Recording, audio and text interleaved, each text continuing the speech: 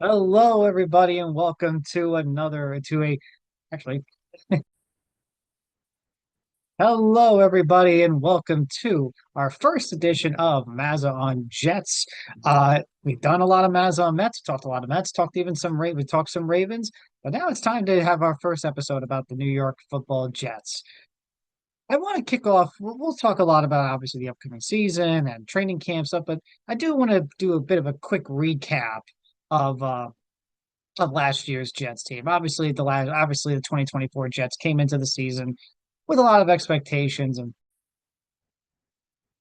hello, everybody, and welcome to the first episode of Mazza on Jets. We've done some Mets, we've done some Ravens, but now it's time to talk about the New York Jets. The Jets are coming off a 2024 season, obviously a disappointment, coming off a season of expectations of trying to make the Super Bowl. Now, I didn't think they were a Super Bowl team last year, but I did think they were at least a playoff team. But obviously, things didn't work out that way. And now the Jets enter a new season, and a new season, a new era, new quarterback, once again, right? A new quarterback, new head coach, new GM. But I think this kind of feels a little different, right? It feels like the Jets are finally moving into a direction, at least I think, into the direction that I think they really need. So Jeff Ulbrich no longer the head coach after Robert Saleh was fired after 4 games last season. Jeff Ulbrich now no longer the coach. AaronGlenn now in. Joe Douglas, he's now out as the GM. Darren Moogie in.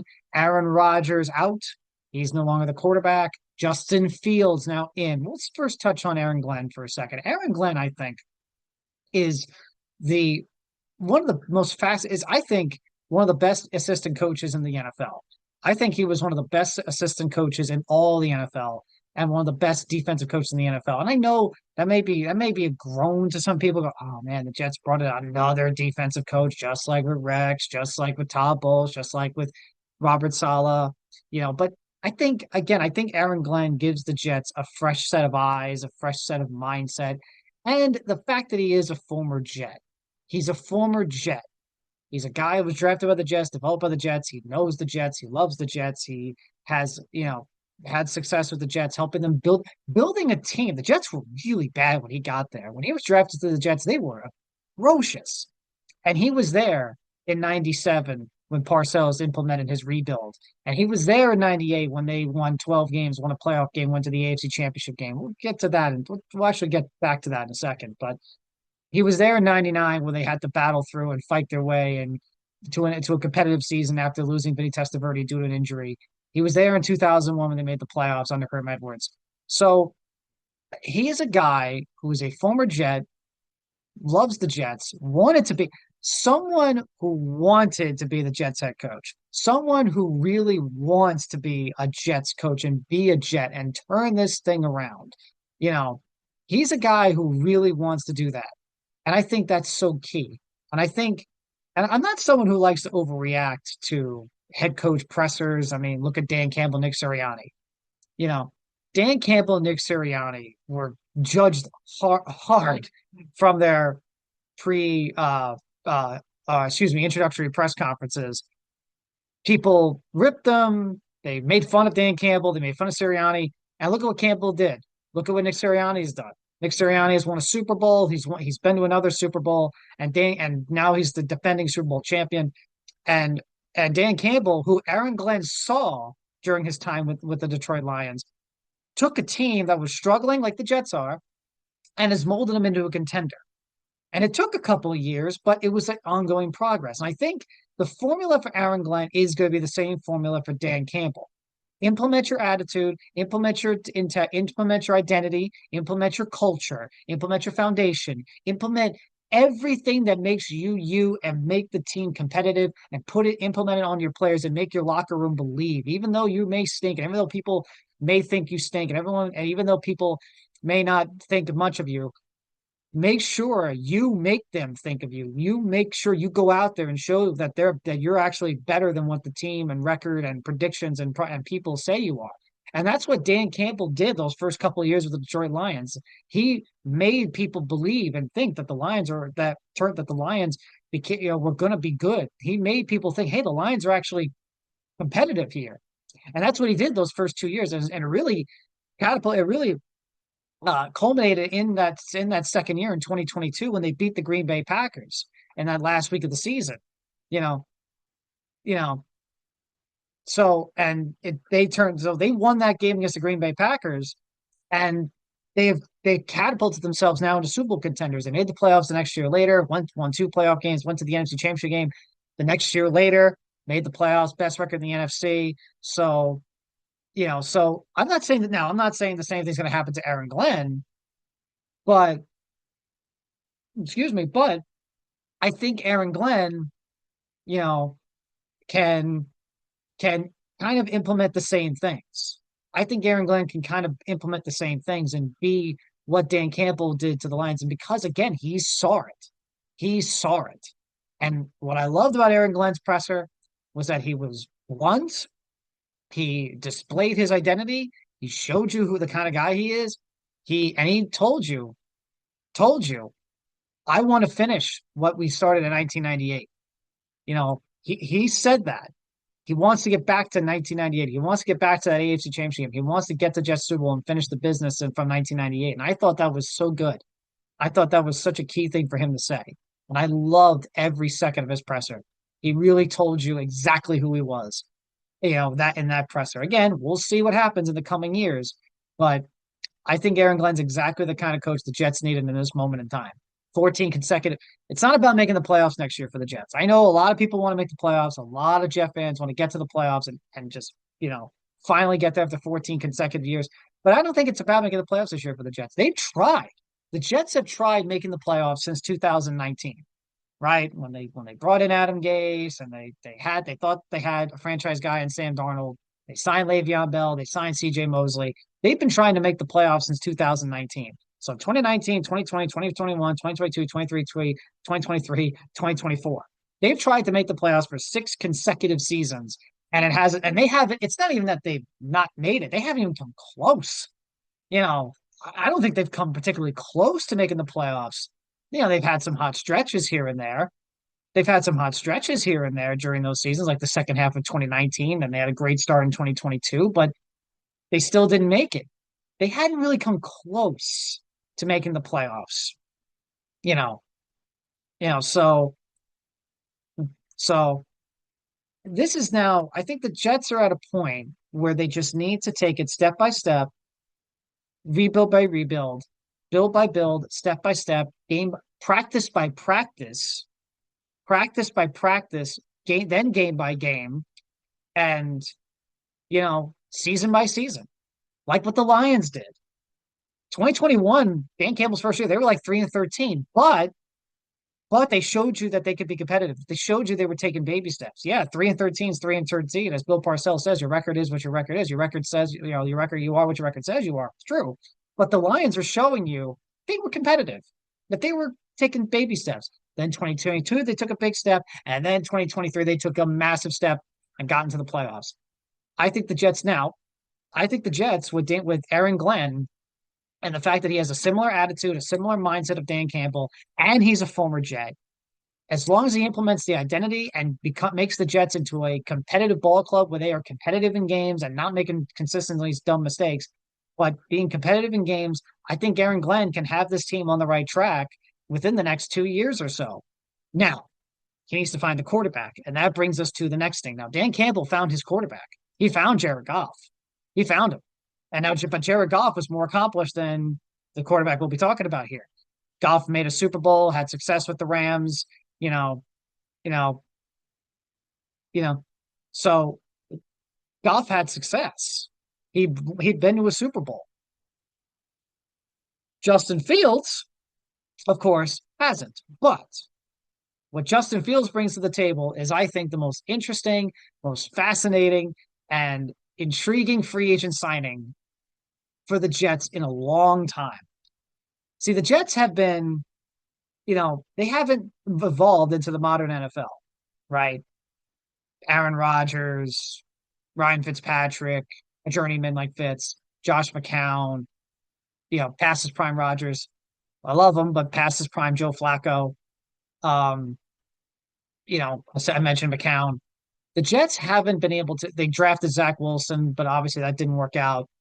But they haven't been able to find the quarterback to kind of mold, to kind of be the bridge or the mold to the modern, to what the NFL is today.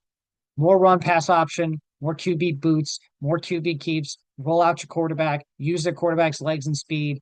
That's what the modern NFL is. Look at Baltimore, look at the Chiefs, look at the Ravens, look at the Chiefs, look at the Bills, look at the Eagles. That's what the modern NFL is now.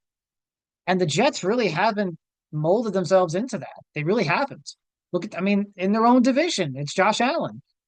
I'm not saying Justin Fields is Josh Allen, but you now grab a quarterback who's 26, 25, 26 years old. He's young, has a lot of mileage on him, is a former first overall pick not too long ago, showed you some things in Chicago, but again, that was Chicago. And last year, he came off a pretty good season. Last year, Justin Fields won what, 4 games for the Pittsburgh Steelers last year? And there were many on the Steelers. He threw for 1,106 yards in those games he played, 5 touchdowns and a pick. He threw for 5 touchdowns and a pick. He rushed for 5 touchdowns as well. And I think Fields gives you the kind of element that the Jets haven't had in a long, long, long, long time at the quarterback position. Heck, maybe even ever. And he's young, and he can maybe be a guy. Who knows? If he has a good year for the Jets and is successful, maybe he is the guy for the next 7 to 8 years.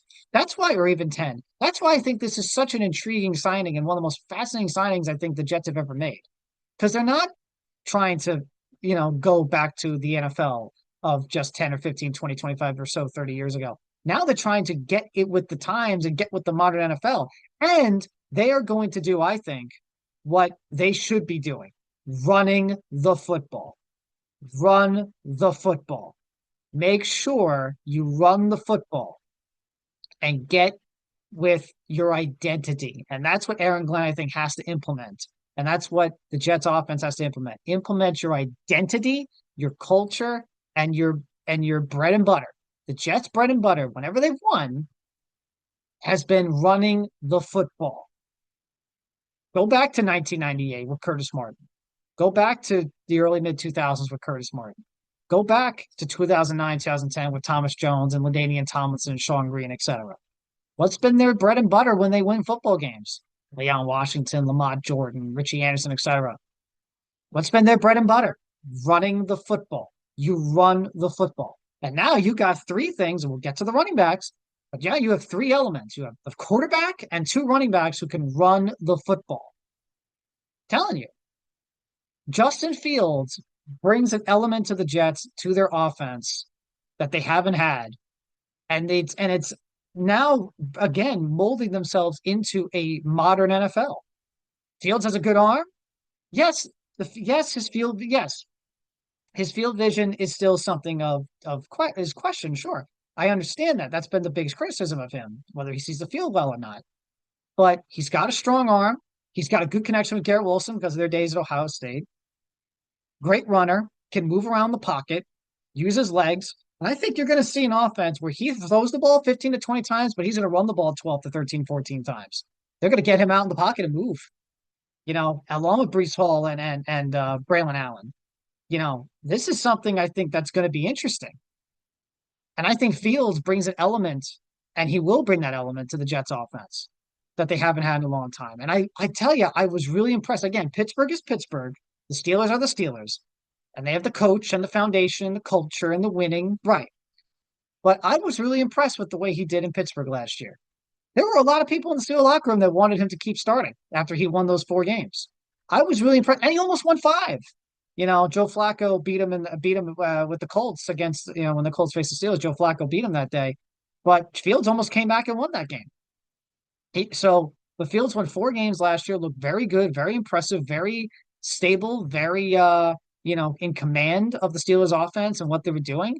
And I felt the Steelers should have stuck with Justin Fields last year. I really did. But they had Russell. They signed Russell Wilson, and they were going to have Russell Wilson start as their quarterback when Russell was ready to start and play because he was hurt. But I felt the Steelers should have but they were both on 1-year contracts. If Justin Fields is hot, you go with the hot hand. I felt the Steelers should have stuck with Justin, but then he leaves in free agency, and then the Jets signed him, made a wise decision, I think. And I think Fields is going to bring, and I think Fields will be one of the most interesting free agents to watch not just for the Jets, but really the entire NFL. Because if he works out for the Jets and he works out this year, then maybe the Jets have something at quarterback. Maybe the Jets and the Jets don't have to rush to the podium to draft another quarterback, folks. You know, if Justin Fields looks good, looks competent, looks competitive, and looks good, and as you see good signs out of him, then you don't have to rush to the podium and draft another quarterback next year. You don't have to, you know, ah, let's just lose 12, 15 games and go draft Arch Manning or whatever. You don't have to do that. You don't have to do that. You then have your quarterback and you can go, oh, okay, let's just build around Justin Fields. So I think this is very interesting, very intriguing. And I thought that was such a wise signing by Glenn and Moogie and this end company. I really did. So and he's again, he's young. He's young and he's a former first round pick from a couple of years ago. So I'm very interested to watch Justin Fields for the Jets this year. He is the guy I'm interested to watch the most. So, but then we go to their running backs. We go to their running backs, Hall and Allen, Brees Hall and Braylon Allen. Now, Brees Hall is coming off a bit of a disappointing season. Braylon Allen seemed to kind of get more carries as the season went on, and it seemed like the Jets had more confidence in Braylon Allen.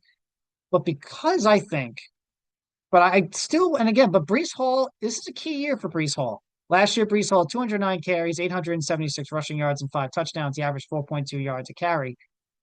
But I think for Brees Hall, this is a big year for him, right? Free agent season. Obviously, running backs want to get paid. Braylon Allen had 92 carries for 334 yards and 2 touchdowns. Obviously, this is a key year, though, for Brees Hall, right? Contract year, got to have it, got to have a big year, you know, coming off a bit of a down season. I think, you know, I wouldn't pump the brakes on Brees Hall. I think I'm still very high on Brees Hall. I still think Brees Hall is, when he's at his best, a guy who's got great burst, great speed, and someone who if you just get out into the open field, just get out into the open field, he could do some great things for you because he's got great burst and great energy and great speed and can make big plays. He can make big breakout plays. Look, I will go to the year before, 2023, when he got over 20 carries, 2020 against the Denver Broncos, 22 carries, 177 yards. Against the Washington Commanders, 20 carries, 95 yards, scored 2 touchdowns. Uh, uh, the Patriots, 30 in the snow, 37 carries, 178 yards, and a touchdown. When this guy if you just feed this man the ball, if you just feed this, which I think the Jets and Robert Saleh and their offense really struggled with last year, yeah, you know, you know, for some reason they did. For some reason they didn't want to give him the football consistently. For some reason they want to give him the football consistently.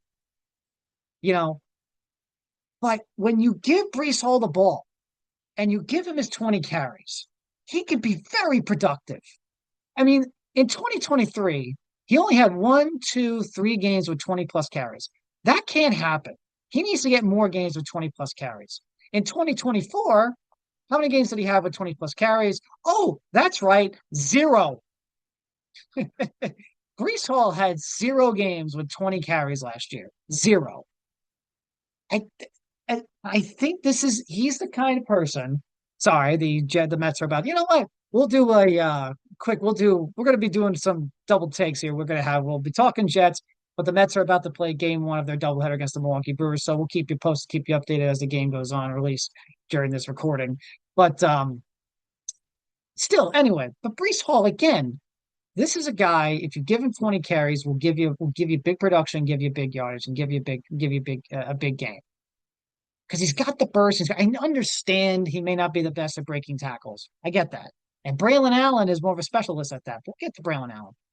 But if you give Brees Hall 20 carries, that's your game plan. That's your bread and butter. You give Brees Hall the ball 20 plus times, and I think you'll win more football games than not. They should have done that a lot last year, especially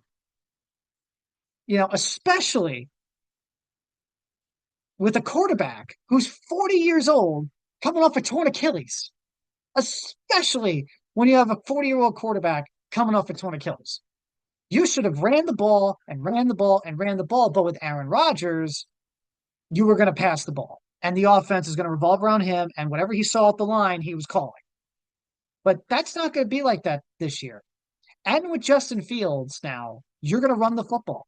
Fields is going to run the ball. Hall's going to run the ball. And Braylon Allen, yes, Braylon Allen, break tackles. You'll get his specialty. He should be short yardage, 2nd and 2, 2nd and 3, 2nd and 1, 3rd and 2, 3rd and 3, 4th and short, goal line. That should be Braylon Allen.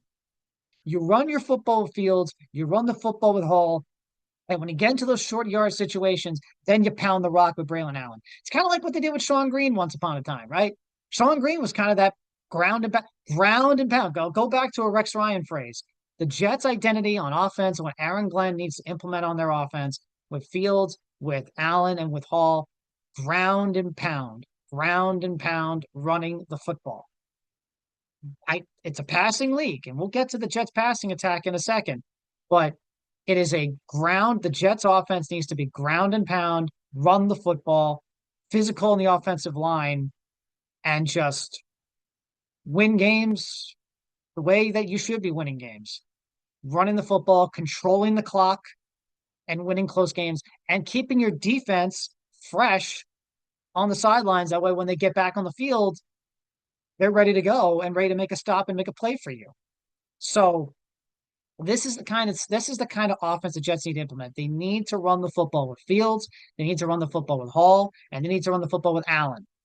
The Jets, that needs to be their offense, that needs to be their identity heading into the season. That needs to be their identity, and that needs to be their forefront. You run the football, you play good defense, and you win the line of scrimmage. Hall, Fields, and Allen, I think, could make a very nice running very nice running game tandem for the Jets. That's another reason why I think Fields was such a fascinating signing, because he's going to add that. You now can add three things to a running attack that could be pretty good. I don't know if it'll be Baltimore good. I don't know if it'll be Detroit good, but I still think it could be pretty darn good, or Philadelphia good. But I think this is a running tandem, a running game that could be pretty good. So I know everyone's talking about the passing game and who's the wide receiver 2 after Garrett Wilson. I understand that, especially in a passing league.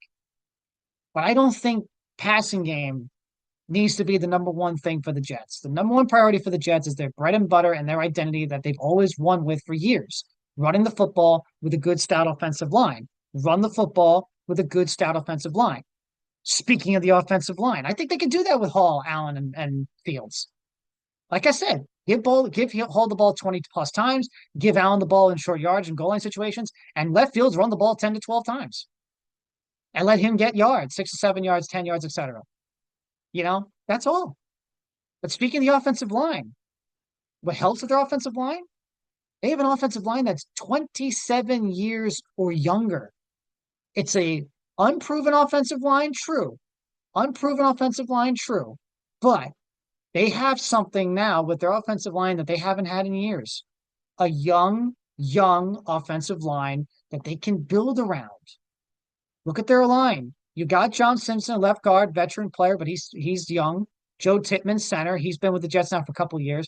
AVT at right guard. Armand Membu, their first-round rookie tackle from this year. At right tackle, Ufashanu, their first-round left tackle from last year. So the Jets have, again, very good decision here.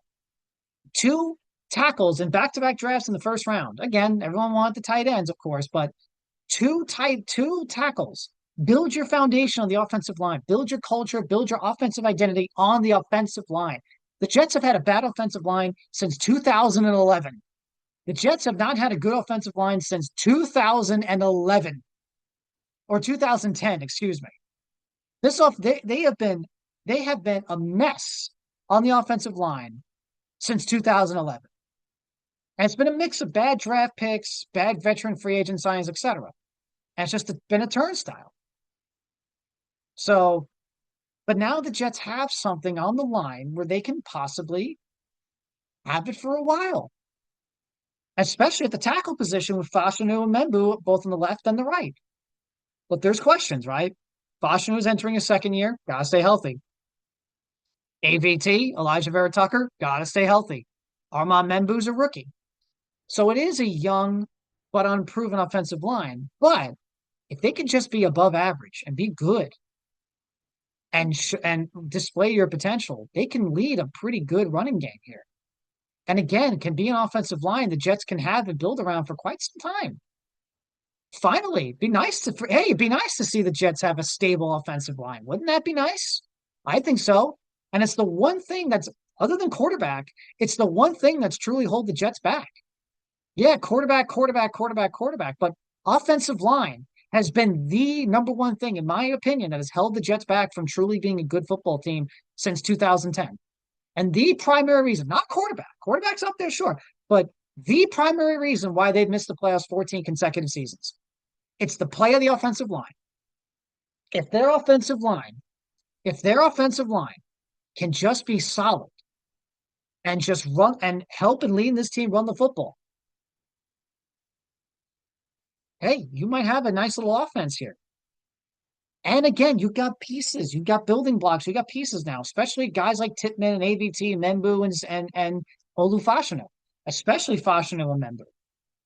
Telling you, this could be a nice offensive line for them. This could be a nice offensive line for them. Now, wide receiver. All right, let's get to the passing game. Again, I don't think it's going to be that big because again, they're going to be a run first team, and they should be a run first team. In terms of the passing game, Fields and Wilson, chemistry at Ohio State. Wilson should be good. I don't know if Garrett Wilson will have 1,000 yards. I don't know if he'll have 100 catches like he had a year ago, but I still think he could be productive. And I know the question with him is he a wide receiver one or is he a high end wide receiver two? I think he's a wide receiver one. I think his athleticism and his hands are terrific. I think he is a big play wide receiver. I think he is a number one receiver on any team. I think if Garrett Wilson wasn't on the Jets, I think if Garrett Wilson wasn't on the Jets, I think he would be referred to as a number one receiver for any team. For any team. But because he's on the Jets and they've had roller coasters at quarterback and a carousel at quarterback, he hasn't been looked at as a number one receiver. And of course, with the losses, etc. You know, but I think he is a number one receiver. I think he legit is a number one wide receiver. And he's a guy who you can go to at any point in time of a game and make a big play. So the backup as the Mets are about to again going to keep score. We're going to keep track. We're going to keep score of the Met game while we record this show here. The Mets are about to play game one of a doubleheader against the Milwaukee Brewers. Clay Holmes on the mound for game one. But again, Garrett Wilson can be that number one. I think he is a number one wide receiver. I think he is. Now, who's his backup? Well, according to Rich Cimini, Josh Reynolds, who obviously AaronGlenn knows from his days in Detroit, had a big year in Detroit just a few years ago with AaronGlenn as the defensive coach and Dan Campbell. But again, Josh Reynolds, I don't know if Reynolds is a number two receiver. And again, I don't know how much Reynolds or Alan Lazard or Malichi Corley are going to get in terms of receptions, in terms of receptions and plays and so on and so forth with an offense that I think is going to be predicated on running the football. And I also don't think either of them, Reynolds, Corley, or Lazard, especially Lazard, are number two wide receivers. And you also have to remember, in Detroit, there was Ben Johnson. The Jets' new offensive coordinator comes from Detroit, Tanner Engstrand, former assistant coach in Detroit, passing game coordinator in Detroit. But again, Ben Johnson was the coordinator. Jared Goff was the quarterback. Things are going to be a little different here. So it's not to say that the Jets' passing game won't be effective. Sal Frolic hits a leadoff home run to begin the game on the second pitch of the game. We're off to a great start, folks, with the Mets. Sal Frolic leads off the game for the Milwaukee Brewers with a solo home run off Clay Holmes, and the Brewers are up 1-0 in the top of the first. We're off to a great start, folks. 379 feet right by the right field wall, 101.8 exit velo. And just like that, to begin the doubleheader, the Milwaukee Brewers are up 1-0. Um, Man, let's hope I don't have a long diatribe again, just like I did on Mazon Mets in the State of the Mets edition. I'm hoping I don't have a long diatribe on Friday's show again. But yeah, not off to a great start for the New York Metropolitans as Clay Holmes gives up a leadoff home run to Sal Frolic, and the Brewers are up 1-0. We'll keep you again updated on the game as we go. But again, the Jets passing game, I don't think it's gonna be a big priority for them. And I think it should. I think Fields will do fine passing the football. I think you're gonna see a lot of him and Garrett Wilson. And again, the tight end position is a big question mark. They have Mason Taylor, the son of Jason Taylor. They have Jeremy Ruckert, Long Island Stony Brook kid, you know. But again, that tight end's a big question. They haven't really made any signings to improve the tight end position aside from Taylor and aside from Taylor and Ruckert. They obviously moved forward from Conklin and moved forward from CJ Uzoma, who again, neither of those guys particularly worked out as free agent signings, which was again Joe Douglas's biggest thing. Joe Douglas, I think, did a decent job drafting wise, but it was free agency and trade where unfortunately he had his misses. I think he had his hits in the draft though, Joe Douglas. But I think this is a passing game that you're gonna have to temper expectations for. I think it could do fine enough, but the main bread and butter for the Jets is going to be running the football. And I think that's what it has to be. Some might not like that, especially in this day and age of the NFL, but this is a run first offense, and I think it has to be a run first offense. It has to be a run first offense. So the passing game, though, I think will have to come along as the season goes on, and we'll see who steps up as number two. Now, could the Jets sign somebody? Sure. Gabe Davis is still available. Amari Cooper is still available. And by the way, I'm a big Amari Cooper guy, so I think Amari Cooper would be perfect. Big bodied receiver, big playmaker. I think he'd be a good complement for Garrett Wilson. But it seems to me the Jets are not. They signed Josh Reynolds, who was productive a couple years ago in Detroit.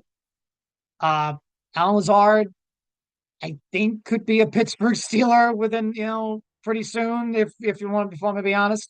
I don't know about, and again, there's also Corley, so that's another reason why. But I'm not sure if Allen will be on the Jets in when week one begins, but we'll see what happens there. But I think with the Jets wide receivers, it's Garrett Wilson, and we'll have to see what happens. How will the Jets passing game form up, morph into? What will it look like as the season goes on? So it is a question mark, but it's a I think it's a factor of the game that is just not going to be the Jets' number one priority, nor I don't think it should be. Their identity needs to be up the front, up the line, offensive line, physical football, running the football with Fields, with Hall, and with Allen. Every single game, those guys got to get the football. Garrett Wilson's got to get the ball. Let's see who steps up at tight end and find Josh Reynolds in the slot. So I think that's what the Jets offense needs to be going forward. But that's how they establish their identity. 2-2 pitch to Christian Yelich, and he swings and misses strikeout. 1 out, man on first also too. 1 out now at the top of the first, still 1-0 the Milwaukee Brewers. But the Jets need to build their identity and to build their culture and to build their foundation and to build their identity in offense. The Jets haven't had an identity on offense since 2010. I'm going to keep harping back to 2010. Yes, 14 years ago when they last made the playoffs. But that was when they had an identity. It was ground and pound, run the football. But that's how they've always been successful. Ground and pound, run the football. That's how they got to be. That's their success. That's their bread and butter. And that's what's got to be this season. Run the football. So, and we'll see how the passing game comes along. It is a question. It is a big question mark that they're going to have to figure out come training camp and practice in the preseason. But that's what practice is for. And like I said, what AaronGlenn is going to have to implement is the same thing Dan Campbell implemented. He saw it with the Detroit Lions. Practice by practice, preseason game by preseason game. Everyone's got something to prove. Everyone's got something to play for. Everyone's got to prove themselves. And I think that's what he has to implement going forward, especially with their identity on offense. Now, the other element of the Jets is their defense. This defense last year definitely underachieved to their talent, to their potential, and to their capability. Too many big plays, allowed, not enough turnovers, not enough sacks. And you know what? Also, and that's been a common thing for years, a lot of missed tackles and a lot of costly penalties. I think this is where AaronGlenn is going to implement the most pride.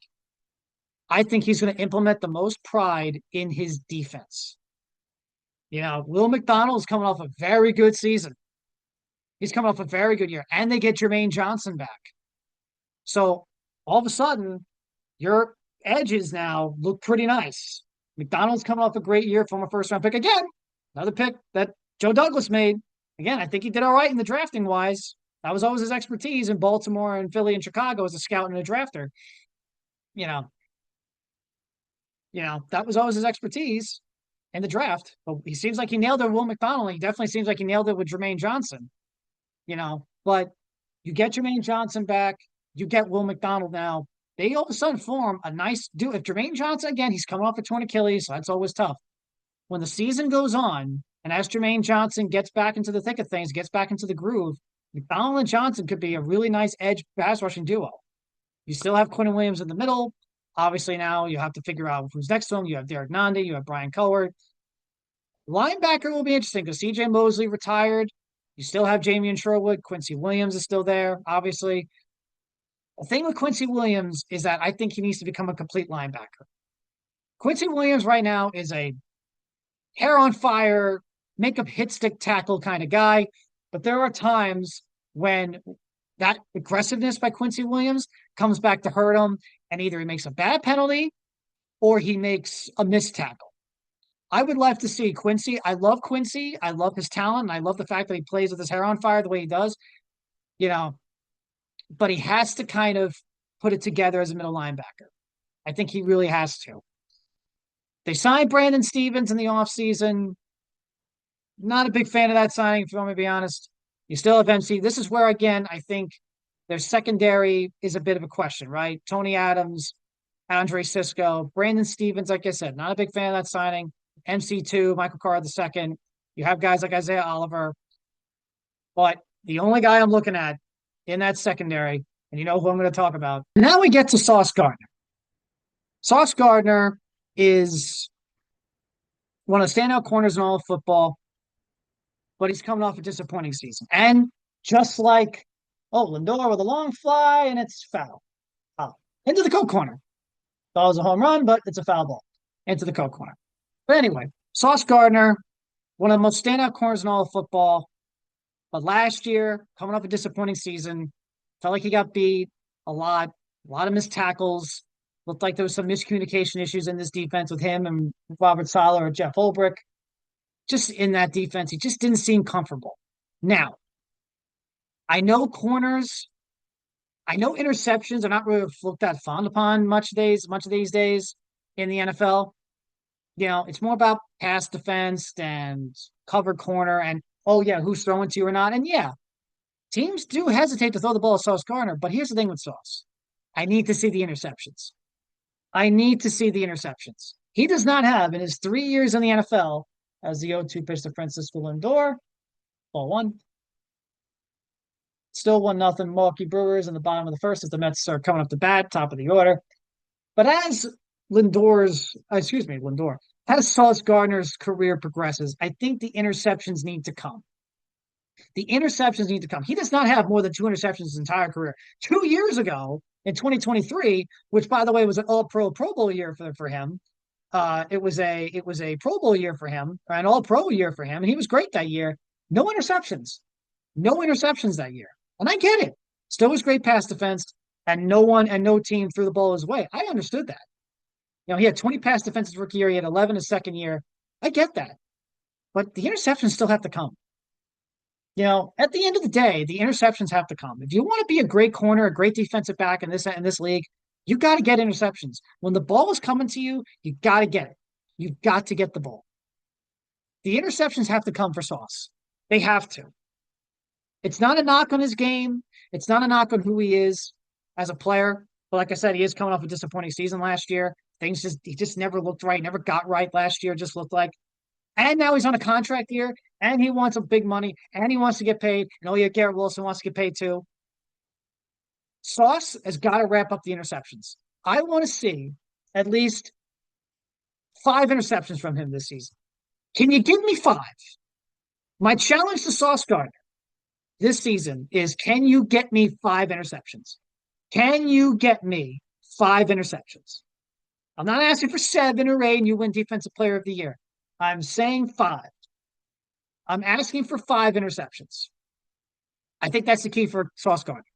If he can nail 5, if he can get 5 interceptions this season, especially when you look at the defensive backs, I do think he'll get the ball thrown at him a bit more this year. So I think he'll get more of opportunities and he'll get some opportunities.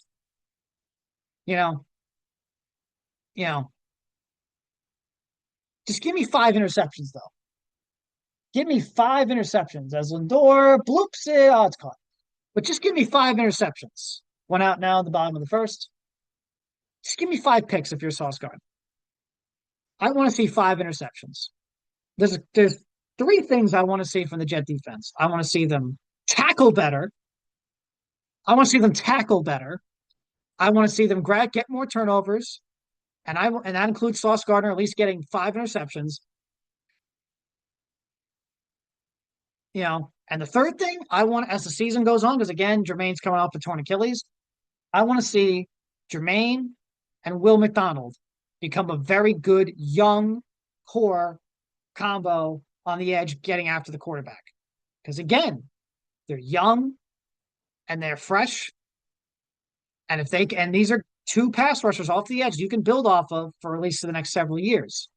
Again, there are pieces here. There are pieces here for the New York Jets. There are pieces here. Left tackle and right tackle. Wide receiver, corner with Gardner. Two young edge rushers. There are pieces here, but it's going to take time because this team needs to learn how to, not just how to win, forget how to win, but they got to learn how to compete and be competitive and show you that they're ready to win eventually. The winning isn't going to come this year. It ain't. But I'll give you a quick season prediction in just a few seconds. But I think they're good. I think they can be competitive, and I think they can be. And I think AaronGlenn's going to implement a strategy and identity and a will to play hard for 60 minutes every single game, even in games they might get blown out in, but and play hard every single game. That's all the Jets need to be this year, which is why I think the Jets, this might be a surprise, will win 7 games. I think the Jets will win 7 games this season. I think the Jets will be 7-10. Again, it's another losing record. I know. You may ask yourself, why is that such a big surprise? What are you talking about? It's another losing season. It's another double-digit loss season. It's it's another missed playoff season. I understand that. I totally get it, and you have every right to feel frustrated because you want to make the playoffs. But this is not about making the playoffs for the Jets this season. As we enter training camp, as the way the roster is now, I think the Jets can win. My early prediction for the Jets is they win 7 games this season. 7 games. They're competitive in at least most of them, because I think AaronGlenn is going to make sure they're competitive and make sure that they're playing hard every day. I think they're going to win 7 games. I think they're going to run the football well. I think AaronGlenn's going to implement his identity on defense, and their defense will be better, and they will tackle. Like I said, tackle. That is all I ask for with this Jets. That's one of the 3 biggest things I ask for this Jet defense, is to tackle better. Tackle better. That is something they have struggled with for the last several years, especially the last 14, and last year especially. Tackle. And AaronGlenn is going to implement that and make sure that the Jets defense understands that. So I think the Jets will tackle better on defense. I think they're going to run the football better on offense. I think Fields will be pretty decent, I think, for the Jets this season. I think he'll add some excitement, some excitement to MetLife Stadium for the Jets this season. I think they're going to run the football, and I'd like to see again 5 interceptions for Sauce Gardner. Give me 5. But I think Fields will be exciting. I think they're going to get after the quarterback with McDonald and Jermaine, especially as Jermaine Johnson gets healthy.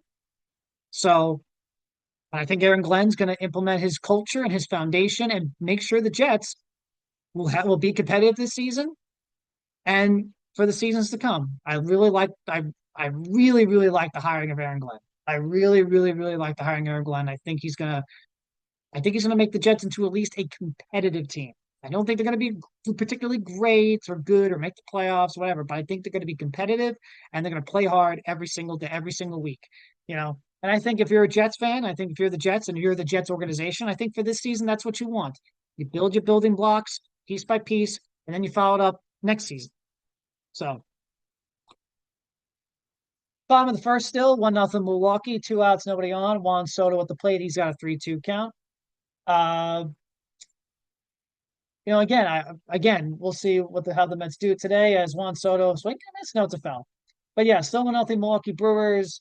3-2 count to Juan Soto. 2 outs, nobody on. It's the first game of a split doubleheader. Mets play this game at 1 o'clock. 7 o'clock is game two.